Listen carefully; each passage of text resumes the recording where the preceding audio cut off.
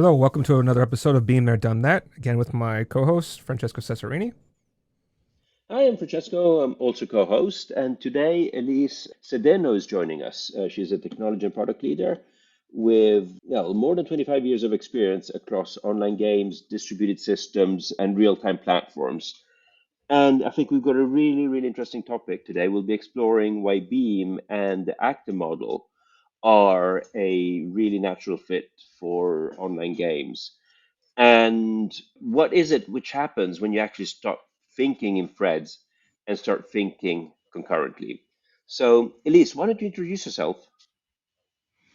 Hi there. Nice to meet you. Nice to meet you, everyone watching or listening. I'm Ellyse Cedeno, and I started working early on performance issues at companies like Netscape and early search engines. So, distributed and concurrent programming is something that I've always been interested in. Basically, since then, I was really into video games. I played video games, especially MMORPGs like early EverQuest, World of Warcraft, and did a startup for it. So that's kind of my background. I also do a bunch of work in the medical research field too, but that's a whole different story. And we won't talk about that today, maybe some other time. So that's basically me. And right now, what I'm doing is I'm running my own consultancy company that specializes in basically working with early stage startups, mostly in the Silicon Valley, even though I live in Europe. I'm excited to do this today with you all. Well, we're excited to Welcome know. to the show. Yeah, well, I was gonna say we're excited. We're gonna get right into the meat and potatoes, right? So, I already asked this question before as a joke, but I think what's good start question to kind of start off the show is tell us about your first gen server since you've been working with the Beam for some time. You Yeah, never I want to forget your first first gen thank. server. Oh, I remember those days fondly. I learned Elixir, so I'm a programming language nut, right? So like I have my list of programming languages and Elixir was always on there. And then when I finally learned it, I kind of did research on like, hey, what's the best way to learn it? And Elixir in Action by Sasha Yurick kept coming up. So I was like, I'll read this book. And it was the perfect intro for me because it wasn't like, we're going to teach you basic programming, but it wasn't a reference manual either. It was exactly what I needed to get started. And it just like guided me through it. So then that was like a to do gen server, I think. And we started by making it without, anything OTP based. But then when I actually was like, okay, I'm going to now build my own. I think the first thing I built was a Discord bot using Nostrum. If you haven't heard of Nostrum, it's probably the main Discord library for Elixir, and it works really well because it matches with the Discord API pretty much one to one. But when you don't know the language that well the first time you build it, it's a little complicated. But I managed to get my way through, and it was a Discord bot that basically used Google APIs to translate because I just had moved to France. I was trying to learn French, and I joined a few Discord servers where they speak in French, and I wanted a Discord bot that would basically translate messages from French to English and English to French and give you definitions. So that's basically what I built first using Elixir and OTP. So that was my first gen server. Nice, fun. So most people writing Elixir today are building web apps, APIs, dashboards. You're building a multiplayer game with mobs, combat, and yeah, I'm sure there's also a big bad evil guy in there as well. When you tell other Elixir developers what you do, what's the reaction you get? Yeah, I think, when I just recently learned live view in Phoenix. So I came from it probably from a whole different path than a lot of people. And yeah, I really like using live view. It's so simple. But it's very recent for me. Before that, like I said, when you're writing Discord bots on server-side code, you don't really see any of that whatsoever. And I've given a few talks on Elixir-based topics, and people are excited. But when I did my most recent game server talk, basically people, I think it's a common thing that a lot of developers, their introduction to computers was through a video game. And so, like, the story I keep hearing is like, I loved playing video games. I always wanted to make a video game, but then I started working for money and I never got around to it. That's life, it's capitalism, whatever, right? But then they're so excited and it sort of like revives their passion for it. And that's, you know, I love it. I love it. If it means that they're going to go out and like try to build something, I think that's lovely. So if I can get people to think like, hey, Elixir is somewhere or Beam is somewhere in that stack for doing it, all the better, rather than, just using the same old technology. Interesting. So, when did you first stop seeing games as games and start seeing them as, concurrent distributed systems? So that was like after Netscape, there was a bunch of us that, a lot of people did pretty well after the IPO and everything like that. So we kind of had a choice of just doing whatever we wanted to do. And I got together with three other people and we started a company saying like, well, we want to get into games, but we can either get into it through the typical like join EA and like start with QA and go up the ranks, or let's take the distributed systems knowledge we've been using and apply it to game servers. I think games like EverQuest or Ultima Online, these are the first generation massively multiplayer games. That's what opened my eye to it, and that's what was the company that I wanted to start, basically exploring that technology and seeing like what's the best way to build that. And at the time, we used Java. Lots of lessons learned using Java for building an MMORPG server. But I think it was basically at that point. Before then, there are games like Z Machine. You have which are Infocom like text games, and you have like NetHack and things like that. You can easily see the server side in these games where it's like most people in the game industry, especially the AAA gaming industry, look at gaming as the client, as like I've been in several game companies, and the tragic mistake for online games that I keep seeing repeated is they start with just the client side and all the code is mixed between client rendering, animation, game logic, and what's happening with other players. And then when they try to scale it, you find a limit at 20 users when their goal was thousands. And that becomes very, very expensive for them to run. They're trying to, it's very difficult. So to answer your question, it was probably very early on for me that I saw games as sort of like server processes, and that's just because that was my lens for everything. You mentioned Java. I really, I have a hunch. I know what your question Alan's going to ask you now. Well, you mentioned the word, the phrase lessons learned, right? Nobody ever says lessons learned. We did everything right the first time. It's always lesson learned. Don't do that again because something happened, right? So I kind of was curious about your first production nightmare. I mean, you mentioned Java. To me, Java is a nightmare, but curious what you have to say about your experience. I don't think Java in and of itself is a nightmare. It's just that like when you are using a model where you have to manage your own threads and you have to manage all the locks in it, then keeping track of the lock order and running into a deadlock is terrible. Like how many times under load, basically everything works fine when you're doing, internal testing. You bring some players in, and then the server just stops. The process just stops working because of a deadlock. And back then, like the analytics or the telemetry you get for that was very limited.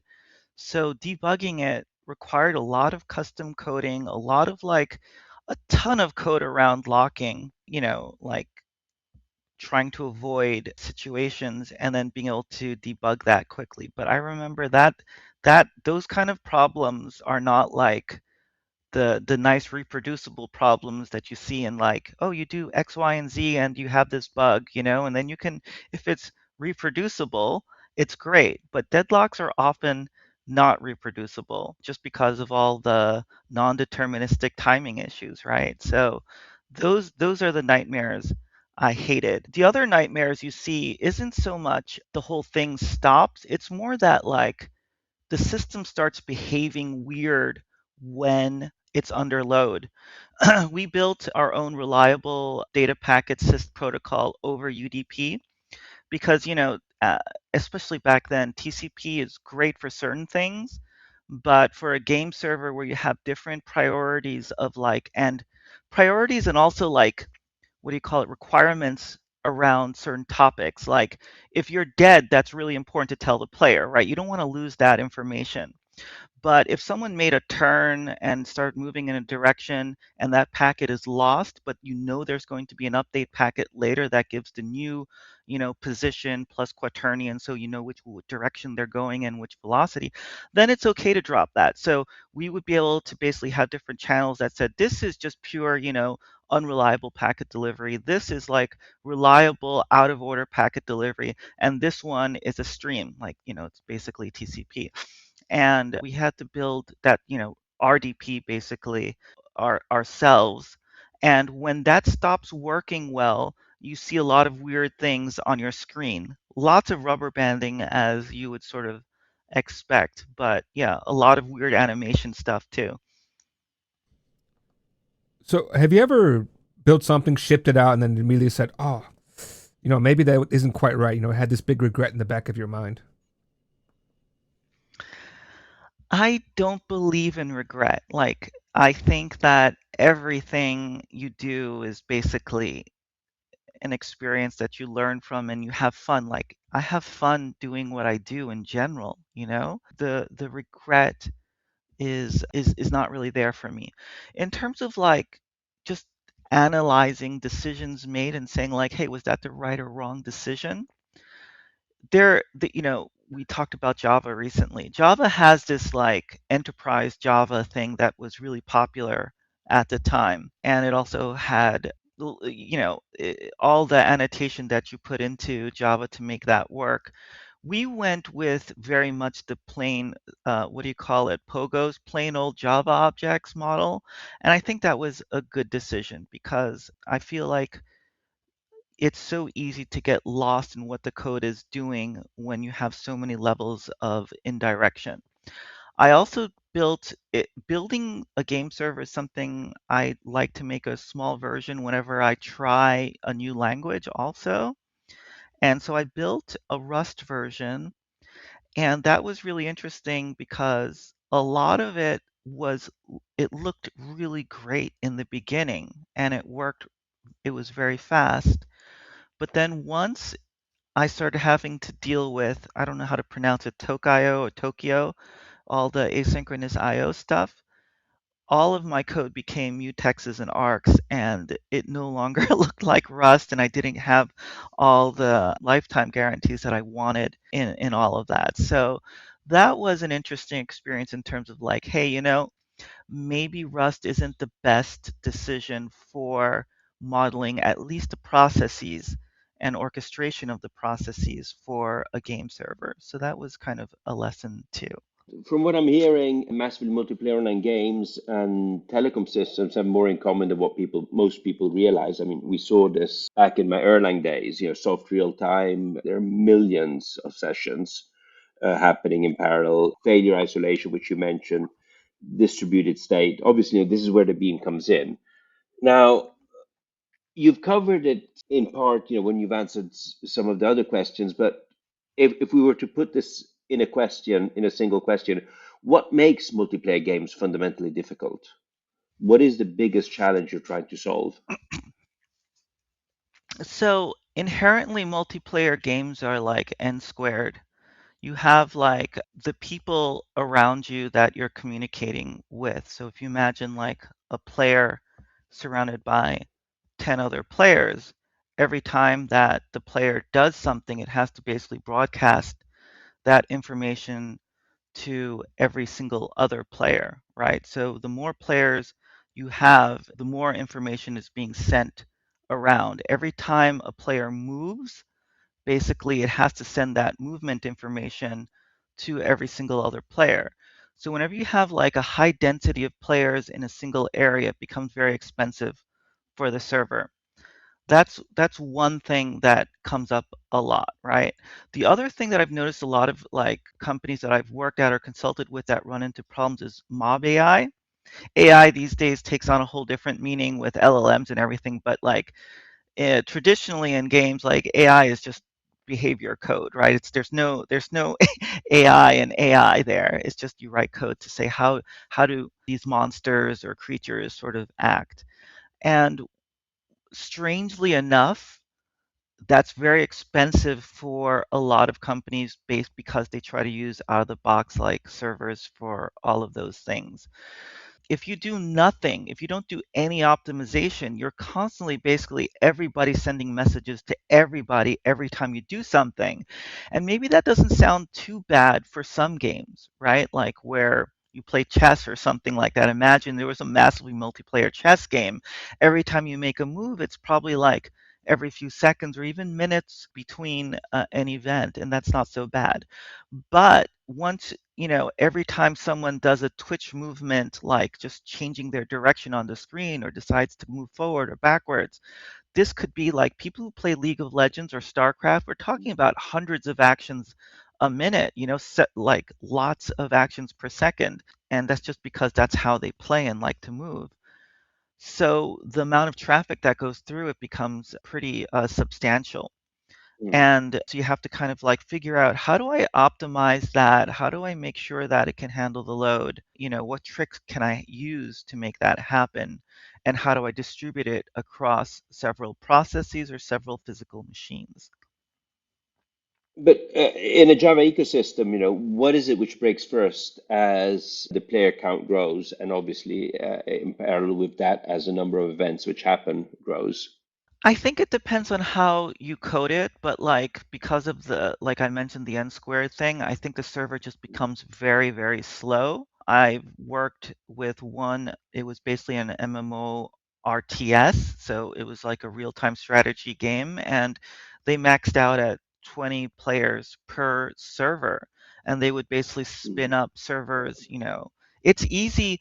There's so many people that are skilled in bringing up Obviously, like yeah. Kubernetes systems that they basically just scale a whole bunch of systems Mm. that way, but it's not tenable for the company. They can do that burning their startup Uh, cash for a little while, but they can't go into production that way. But once you are looking at like the servers themselves, I think that, there's a couple of things you do, like you can use space partitioning systems to basically say, okay, I'm going to, and these are what early games did. It was basically binary switch. Do you know about something as a user? Are you perceiving this entity or not? And if you are, then I'm going to send you information about it. And if you don't know about it, I'm just going to not send you anything, right?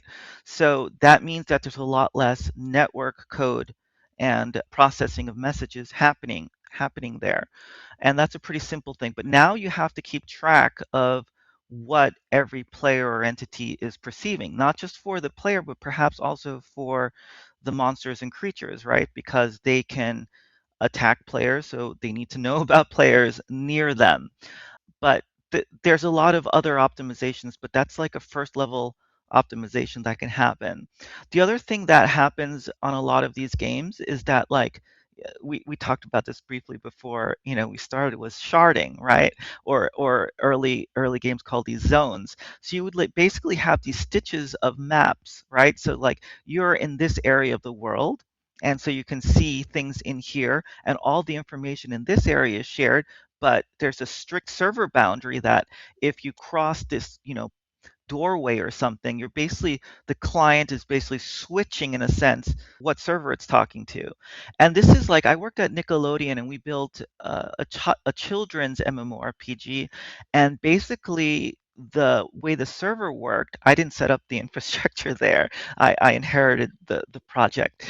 They were all chat rooms, right? So it was basically like when you switched, you were basically switching, if you imagine IRC chat room, and the client's just sending messages like, I entered this chat room, I'm over here now, I'm moving over here. So it's another boundary. But at the startup I did, Multiverse, like it was a fluid stitching of different partitions right? So they would run on different servers. But what that means is two servers need to know about each other's boundaries and actually hand off information.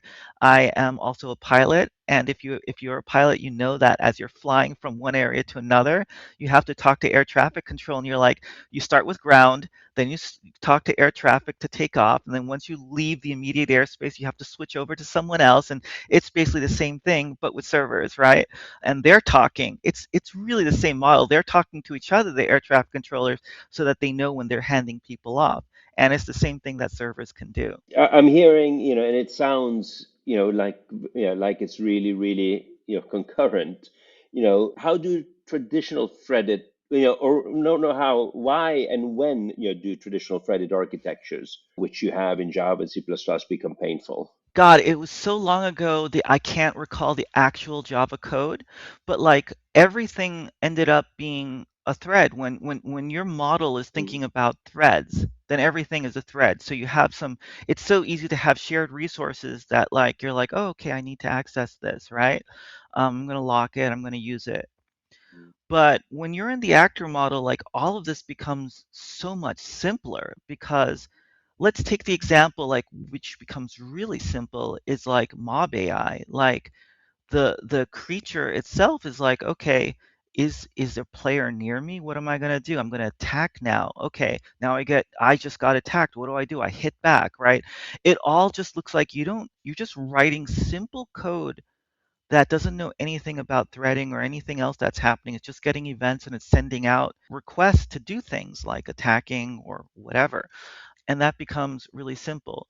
And usually the way the server process topology works for these game servers that I've seen like in other servers, it breaks down very easily. It maps easily into actors. Like you have something that handles, by the way, when you said there was a previous question on like what happens when things break, right? Like a lot of these games, sometimes you'll be able to send chat messages, but no one's moving, right? Like, why am I still able to talk to people, but I can't see people move anymore? It's because there's these different processes. Like there is a presence server, there's a chat server, there's like a world server, which handles like geography, where you are in a world and who you can see. So the space partitioning system, and usually there's a combat server. So all of these things map very easily into the actor model in general. And that's what I did with the game server. Like there is a world server. Sometimes those are called level servers because you're in a level. If you think of like early dungeon games, you're in a level of the dungeon, right? And so when those things break, you'll see just that one server break. But and it would take like it could take hours sometimes in these older games before, let's say chat went down before chat comes up.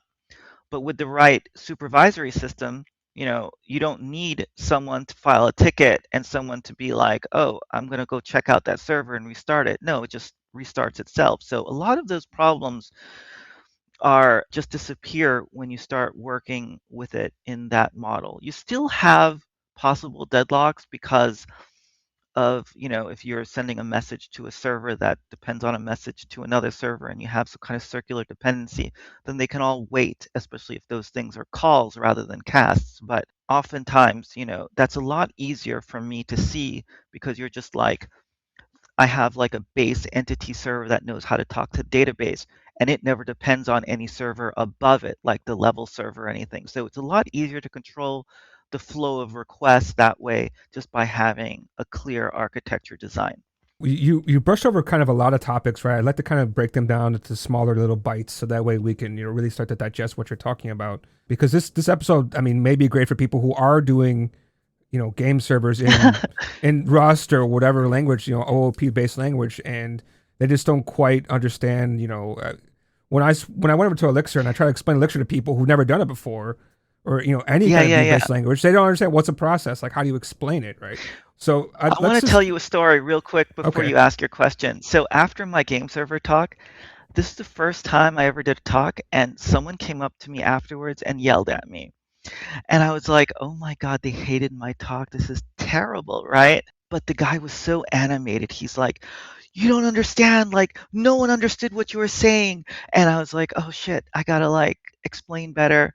But then he's like, but the reason I care so much is because I work in games like the guy that was saying this, and it had such good information, but no one who's not working in the games industry would understand any of these things.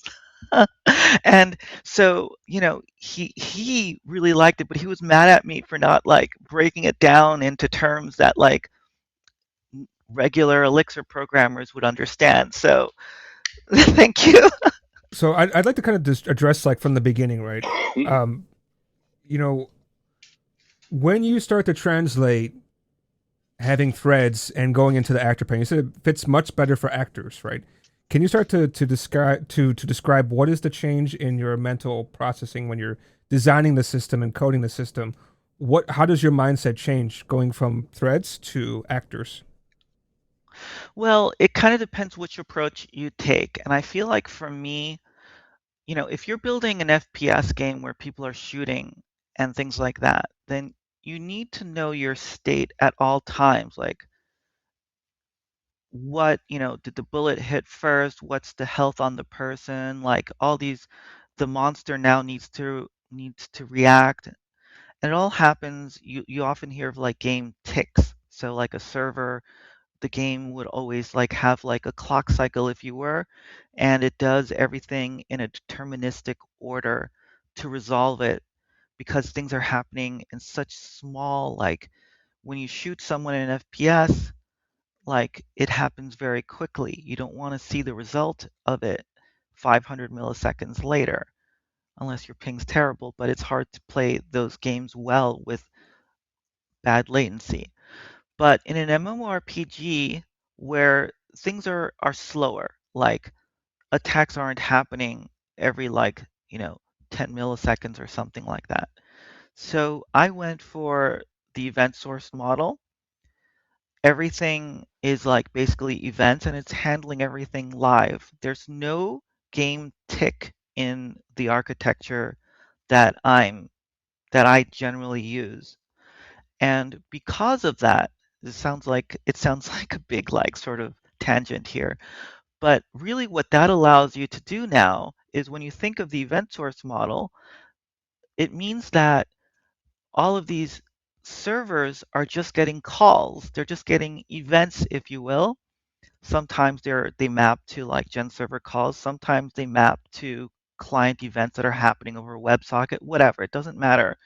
But it's basically that the server is getting an event and it handles it as it's in the message. It's not like, oh, I'm going to put this message in a list and some tick is going to handle it later. No, it's just like it has the server itself. Let's take the world server, for example. The player says, I'm moving my position somewhere else. It gets that message and it says, okay, I'm going to handle this message now. And remember, because you're in the actor model, there's no one else that's touching your state at that time, right? That's basically what it means. I'm not using ETS. This is all in the gen server state of, where players are in the world. And so you look up that player and there's no locks, right? You just look up that player in the map, you find out where they are now.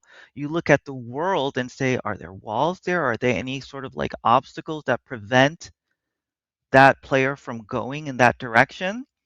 Are there any creatures in that direction? Because your game rules may say something like, some games allow players and mobs, creatures to overlap. Some games don't, so it depends on your logic. You just go through this as regular code. And then if it passes, you move the user to where they want to go. And the same server does the same thing for creatures. It has the exact same API that players do going in there. So that's kind of how that happens. And once that change happens in the state, you just have to handle broadcasting that out to other people, right? So that's a separate thing. And I was using LiveView for my test game, and that becomes really easy because of LiveView's pub subsystem. Was live view useful for the demo? Yeah, I wanted something that was one of my other hobbies or passions is retro computing, which is a little weird because I'm not a retro gamer. I don't actually like retro games, but I just love retro computing. I was playing with COBOL on a System Z, an IBM mainframe. It's just like there's just something so charming about it all and frustrating. But I wanted to make something that looked like NetHack because that, is a little bit nostalgic for me. And it's also a really simple game to build. It gets rid of all the client side. Is it animated right? Is the lighting correct? Is the Z order correct? Like there's all of these things that can happen when you start building in Unity, Godot, Unreal. And this is something that, if you're a game developer or if you're you're thinking about getting into game development, resist the temptation to jump into the client and do something super fancy for your first game.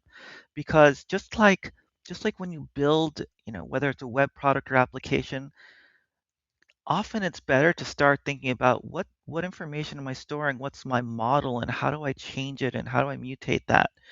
And live view was exactly that for me. I didn't have to worry about debugging. It was easy because I could just see ASCII on the screen. If you know NetHack, go type it in Google and you'll see what it looks like. It looks like just a whole bunch of ASCII things that look like a dungeon. So it made it very easy for me to see the model of the game. It was almost one to one. And then you can change it up and make a version that's 3D afterwards. So live view is very good for that and let me code all in Elixir on both sides. So that worked out pretty well. There were a lot of performance issues that I ran into that were really interesting, but that's a separate thing. What surprised you the most? So I And was, oh, the biggest this is surprise. sorry about that. Let me ask you a question again. What surprised you the most when you started using LiveView? I want to tell you something that it's kind of a funny thing that surprised me was that I was noticing some slowdowns on my desktop. And I was like, oh my God, because what I wanted to do for my talk was let people log in from the conference room and play the game with me. And I was worried, you have no idea how many people are going to be in the room, right? Like how many people are actually coming to your talk. So I was doing some load testing and on my PC, I was running into slowdowns pretty early on. But then I realized, wait a minute, everyone's going to be on their phone. So I tried it on my phone, and my phone had no slowdowns. So this was really surprising to me. I don't know. I didn't talk to anyone, in the LiveView team or Phoenix about it, but I was really surprised that my iPhone 12 performed much better than my desktop NixOS Linux system running on Firefox. Don't know why, but yeah, that was kind of surprising. Now, more on the actual technical side of LiveView, I told you earlier that I'm not a LiveView expert. The sort of DOM diffing that happened when the very first version of the map I had, basically each cell of the map was either a player or there was tile information, there was monster information, there was everything all in one data structure, right? So whenever a player moved, it basically LiveView had to recompute the whole data structure. And once my map got big, I was like, okay, what if I made it 200 by 200? What if I made it 1000 by 1000? Just kept making it bigger. The browser would take a lot of time. The server was fairly fast, but the browser was very slow. So, simple optimization was to basically take the static map, make it one data structure, and make a very sparse map that had information about players. So as players moved, it didn't have to traverse 1000 by 1000, and do Mhm. work there. So there was a bunch of things like that, and I was able to get performance, probably like 2 orders of magnitude better, which just means that if you're not careful as you try to build things in live view and you're just doing it the dumb way, which is, I'm a strong believer in starting out dumb. Yeah, you can run into those limits pretty easily. So is that where LiveView stops scaling, I don't or are there think other parts? so. I think that, you have to keep in mind that like most games that use something like this, like a NetHack dungeon, they're kind of small. The level is like, 200 by 200 max or something like that. So even with lots of players in there, at the end, like the conference room was all able to join in. We saw lots of people moving around. So I don't think that's really a problem. I did notice that it was harder for me to do like performance analysis when the client and server are basically on the same, system, but it wasn't like a big deal. So I don't think live view itself has a problem. If I imagine making it like we were talking about before, where like the world can be as large as you want. I've done like fractal generated world generation before, and that's a way to like get, humongous size like planetary scale worlds that way. Yeah, you'd have to have different strategies for live view, but I did it with basically showing the whole level at once, and there was no space partitioning. So I think you can use the same technology for it, but this was more of a simple game, and I think, my next version would basically be using 3JS or something with a canvas to use render 3D version of the level. Lots of games that are 3D are actually 2D games, so there's no real problem. It's simulated in a 2D, server game.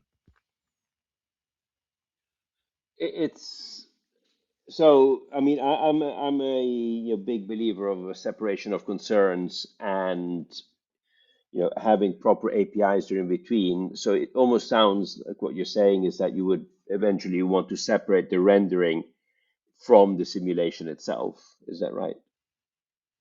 Yeah, live view, my because I started with the server and I made lots of unit tests and integration tests first, like I knew that the client had to be stupid because it had no access to do anything that wasn't stupid, right? Dumb client or whatever, small client. So so definitely live view is just handling like what are the other players, what are the mobs, what's the map look like, so it could render those things, and it used the simple API to like communicate back and forth. I think it's easy to fall into the trap with live view or anything where you're all like, especially you're using the same language, it can feel like you can access the server, but because of the approach I had, there was no way to like really mix the two together. And live view was simply for rendering and getting user input to the game. And I think that's how it should be when you start your game.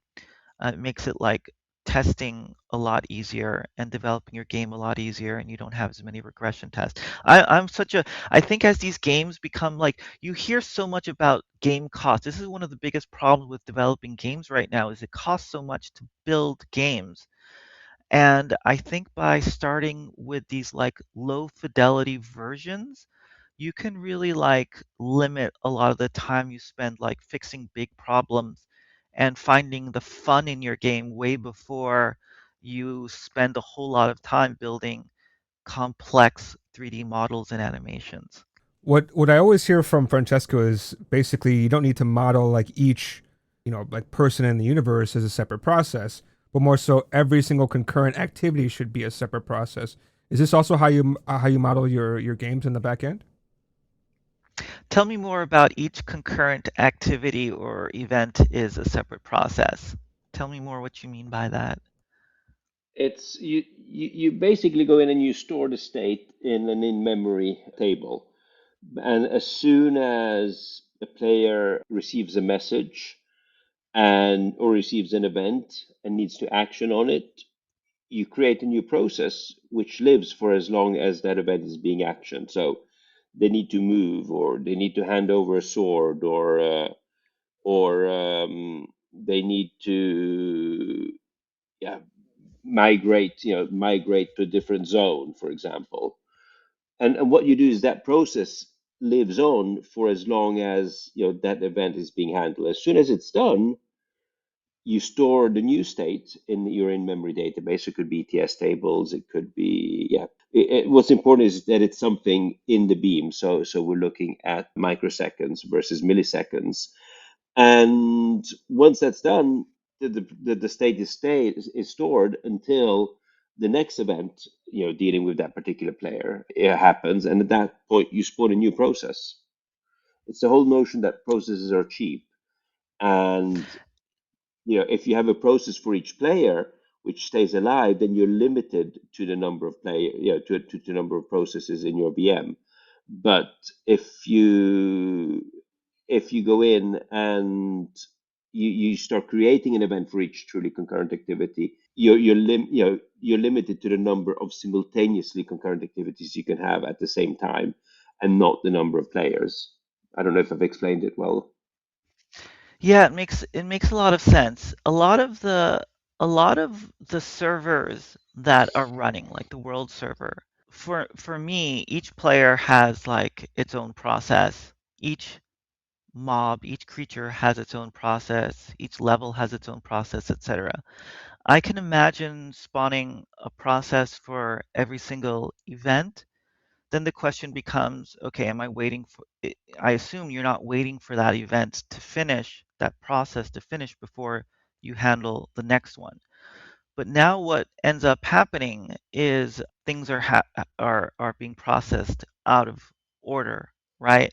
And for some of these things that matters, like you can imagine chat, you want the messages to be in order as you mutate the list of messages, or perhaps like it'd be unfortunate if like a player sends a message to move a certain place first, but then because of scheduling, that process doesn't process and some other player goes first and takes the spot or whatever it is, or loots an item before the other player because of schedule differences. So like I guess like for right now, what I do is I execute the code within the server process, but I can see trying to do something like running a process for each event.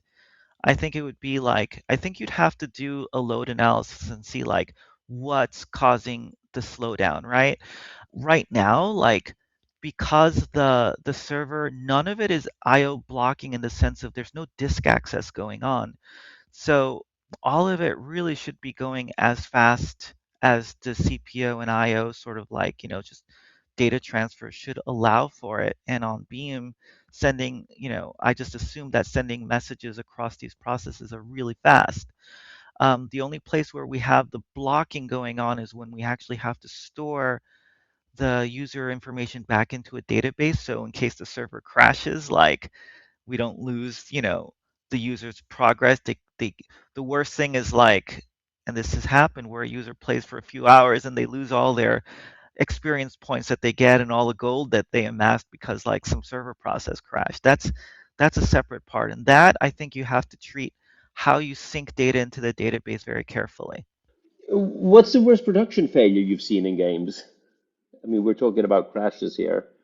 What's the worst one you've seen and experienced? I think the worst ones that, well, rolling back databases because of a migration change sucks. And that has happened maybe a couple of times.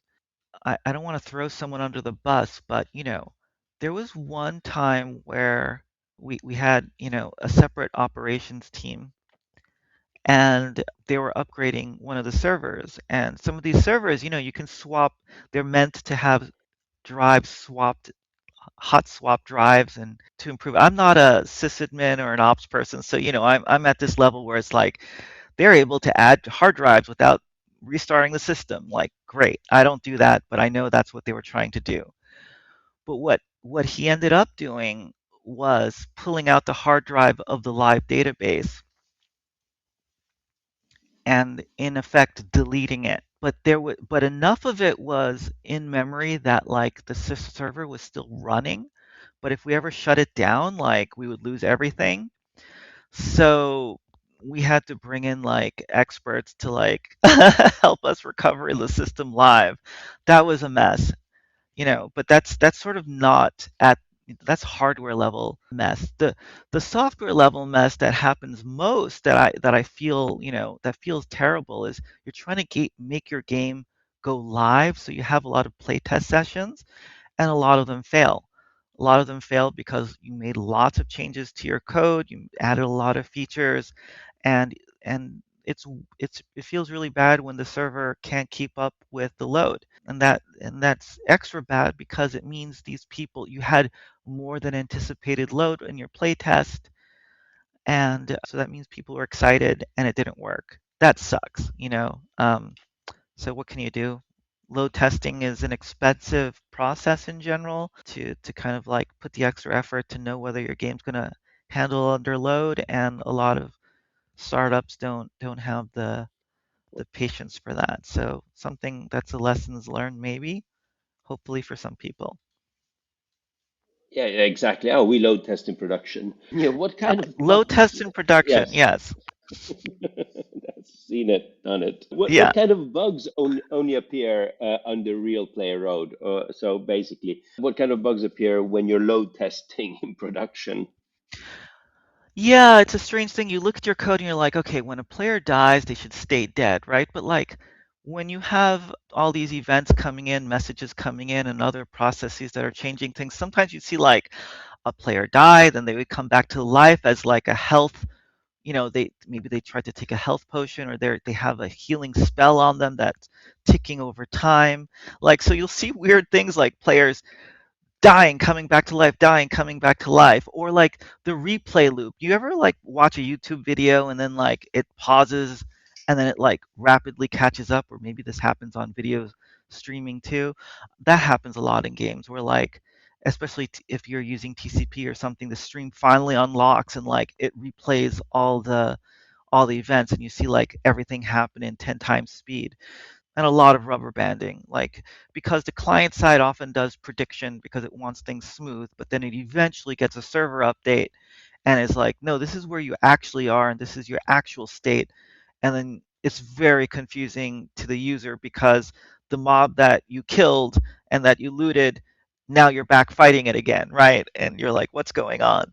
So there's a lot of funny, it's almost comedic, and there are whole, like, you can type in like game bugs in YouTube and you'll find a whole bunch of like blooper reels of like what happens in games sometimes, like the head goes off in one direction, the body goes off in another. So those all, like, those could be animation bugs, but some of it's actually like server messaging bugs too, because you have like hierarchy of nodes. Like when you get on an elevator, your entity is now on an elevator, so it's moving, it's attached to this other thing. So when these attachments don't work right, it can lead to very funny looking things.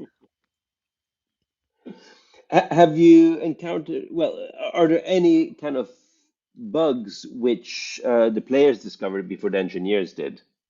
Players don't know how to like talk about a bug, and every developer knows this, right? So the more deeper you get into things, like into like server code or something, you're rarely going to get like something that tells you. They'll just say something like, oh, the server stopped working, or like I couldn't move, and then you have to kind of figure out what that means. Do players sometimes find out first? I think it depends on the game. Like, there was, when I was working at Nickelodeon, one of the things we had was a bunch of developers that came from Zynga, and you may have, heard of Zynga. They Yeah. did Facebook games and stuff like that, and they're notorious for like how they use analytics. And there's the dark side of it all, because it's like, how do you sort of like affect player behavior? Obviously, spending more money in a game or something like that. But on the positive side of it was, they didn't use analytics just to kind of see like, is the server up and running, sort of telemetry, but it was also for debugging the game, like every aspect of like, did they get through the level? Did they get killed by it? Was the difficulty level too hard? But what it meant is that anytime anything went wrong, we would see a blip in the numbers. Something would drop, right? And it could point to something specific like, oh, chat number of chat messages, because it's just looking at deltas all the time. drop. So maybe that means something was wrong with our server. And it was really interesting that it basically helped us. It wasn't like, Sentry where you're getting like server logs. You're actually just looking at player behaviors. And when you have like a million players, which is what we had at the time, doing things, you have enough of a canvas there that shows you, is your system running well or not, and what's changing. And that surprisingly told us about bugs before players did, before like any ops person recognized it, or before any like server log told us like there was an exception or something like that. A lot of times, almost every startup I've ever been in, like the logs are too noisy at some point, so everyone stops ignoring all the logs, and you're like, why are we logging if we're just ignoring everything, right? But the telemetry analytics information, the dashboards told us a lot. So I'm answering a slightly different question, but I found that really interesting to do it that way. And it's something that I try to like, still have good analytics while keeping player anonymity and privacy in mind.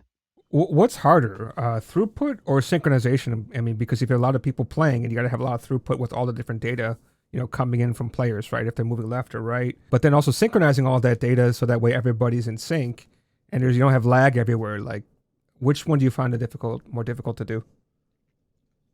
Well, if your server is keeping up, like basically one of the biggest things to look at is your mailbox on the server. If you're looking at something like Beam and saying like, is my server backing up, right? If you're backing up, then you're in big trouble. The server should never be backing up at the world level because everyone needs to get really like fast information, like less than 200 milliseconds. It should have a round trip of what's going on for it to feel snappy. That's just based on like human perception of what's going on in the world and latency and movement inputs. So that part is really important. So then the question becomes like, how do I make sure that happens? State synchronization in the actor model is very simple when you have just a single process that you're mutating the state on, right? Like, well, it's immutable, but you know what I mean. We're updating the state to its new version, and that means like where players are and everything like that. And if you're using something like Phoenix, subpub, subpub, that's very simple. But like the hard part in synchronization is one thing I didn't mention earlier was when your servers have different regions of the world that they're controlling, but that you can dynamically change the mapping of region to server dynamically, right? So this happens like imagine if you have a huge event. Like I'm in Berlin right now, and right outside there is a big like fair. So thousands of people come to an area where there's normally not 1,000 people, thousands of people. And you can imagine it like the server that's normally handling that region is like, oh my God, what's going on? I have so much more load. So one thing that it might want to do is say like, I need help. And then it might divide itself up into several regions and say, okay, you go handle this sub region now, and you go handle this other sub region. And that sort of like synchronization of basically handing off from, dynamically while the system's running can be a little tricky because these players should not notice anything changing from their perspective, right? Everything just happens the way it does. So that protocol could be a little tricky, and most places don't do that. There's other strategies that I could go into, but probably not in the scope of this podcast. Um, so yeah, that synchronization can be tricky. I mean, when you're synchronizing over an online game, right? I mean, for instance, I play a lot of games with my brother. I'm based in Hong Kong. He's based somewhere in the U.S. And I noticed that sometimes we have some problems because I suppose it must be the distance, so it must be the latency between us. And sometimes the game just stops. You see that there's animation still happening, right? That game isn't completely stopped, but we're stuck in the loading phase for so long, right? So there's some kind of failure to sync between us. How do you make this kind of failures of synchronization and processing to be more seamless so that way you don't actually notice? I mean, like you said, you're using UDP, you drop packets sometimes.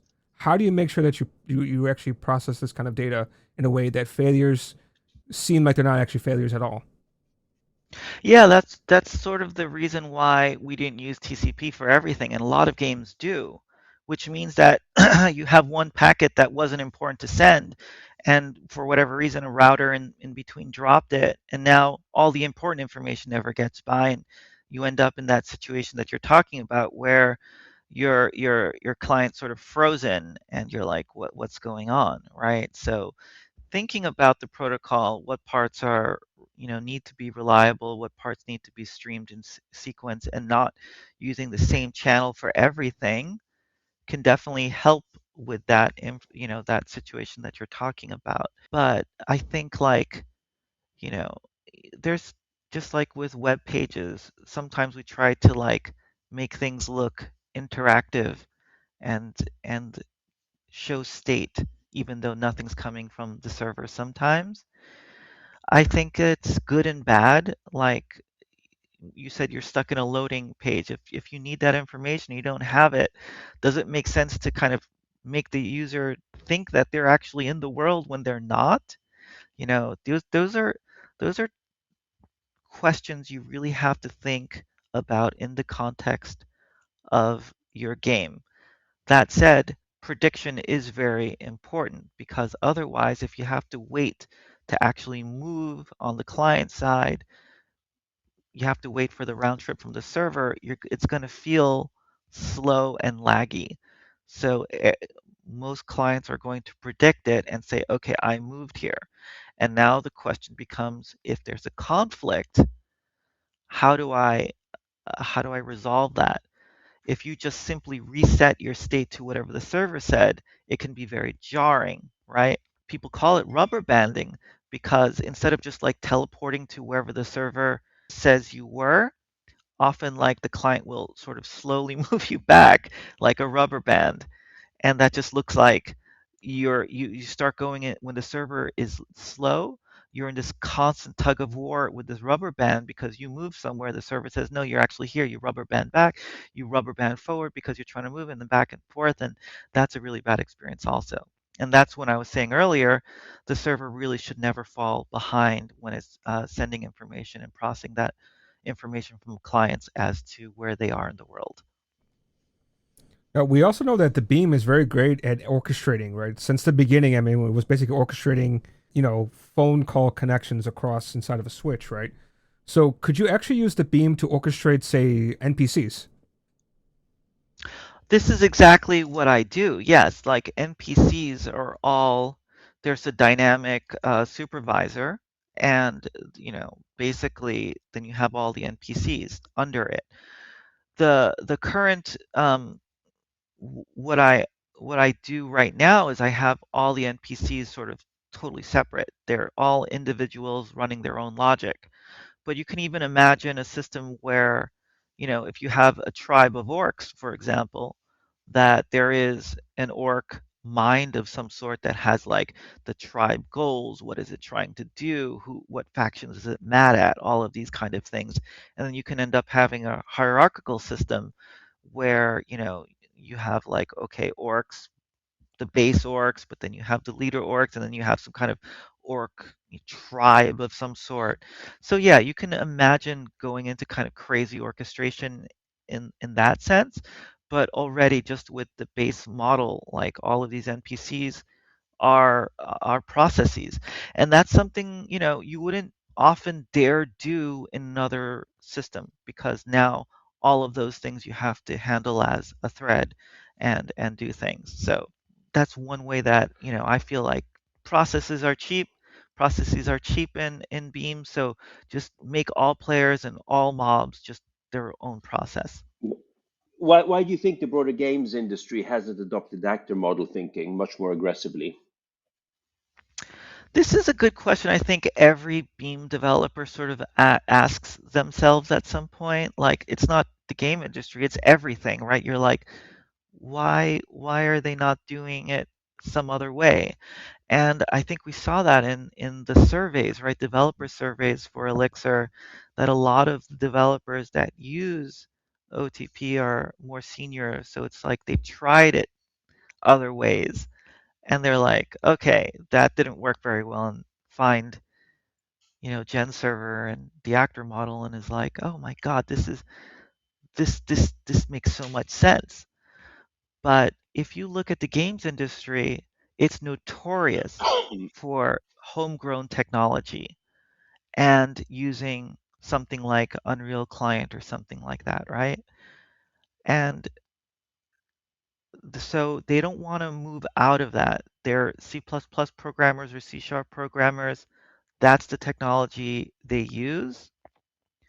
They're rarely server programmers, and they'll start with what they have, which means they're going to use the Unreal multi-user server. They're going to use the Unity server, and all of those are made for like a small number of users, right? Like Battle Royale is really pushing the numbers for those servers, having like 100 users on the same server. So because of the ecosystem, because of the tool chain they're using, because of the language they're using, that's why a lot of these things just end up like finding the scalability problems way later, and then it becomes, you want to fix it incrementally. So in a lot of, even in Paris where I was living, I worked for a AAA game studio building an MMO, and we could only handle like maybe 30 to 50 users on a server at a time. And they wanted to fix that incrementally rather than fundamentally switching the technology and saying, okay, this just isn't going to work well. There is actually one other thing that, to be fair, in the model that I'm talking about, the client code and the server code aren't necessarily joined. The simulation of the game, like basically the server has the authority on the state, and the client is just doing like predictive simulation. But when you use something like Unreal or Unity, the game engine is built into the client, and you're basically having everyone run the same game engine on different clients running the same code. So they're basically looking at the server as just another client that's running the same thing. So it's running like a lot of physics simulation, um, also. But in the model that like what we're talking about here, the server can be a whole different language. It can be a whole different, like there's just a protocol on how it talks to the client. So it does increase the complexity that perhaps you have to build it in a different language, or not use the same exact game code. But that's key, because if you use the same exact game code that you use on the client, and then it's a 3D game, you're just spending a whole lot of time doing computation that doesn't matter, and that's why you run into load problems and scaling issues. I think we can conclude that small teams, can now build infrastructure that once required huge studios. But, the final question, can a new generation of programmers using Erlang, Elixir, and the Beam, change the economics of back-end game development? And note here, I'm saying new generation of programmers, as I think, we've experienced as well in the Erlang world. It's sometimes hard to teach an old dog new tricks. This is really what I'm hoping for with this project that I'm working on. It's on Codeberg, called Game Server. I really think that game production can really benefit from this like cost saving. And this is only for a certain type of game. Other people can create, technology that works well for different kinds of games. And I think Beam is a very good choice for that. So I'd like to create something generic. I'd like other people to create stuff that would help in this ecosystem. One of my goals is actually to use, I've been playing with Elixir Desktop, is to actually like take this whole stack that's 100% Elixir and publish it on Steam. I don't know if that's ever been done before, but I think that there's a lot of possibilities here, and I want to, once I get a little bit further, I want to start talking to the people I know in the game industry to see like what's the appetite for actually using the stack, or Beam in general, for games. I know it's already in there for a lot of communication level stuff, but game logic stuff a little bit less. So that's my hope. Great. I think we're ready to wrap up here. And, thank you so much for being on the show. I think if we look at, if we were to sum up, what has been said, and, please feel free to correct me if I'm wrong or if I missed something out, but games are distributed systems. They're under constant pressure. You've got thousands of players, NPCs, and events which have to interact in real time, and all of this happens in an environment where failure is inevitable. And obviously, what makes the beam, such a natural fit is that the actor model gives you one-to-one mapping directly onto the gaming world. It lets developers reason around the problem they're trying to solve in terms of processes or their basic building blocks, and create these scalable systems with isolated processes.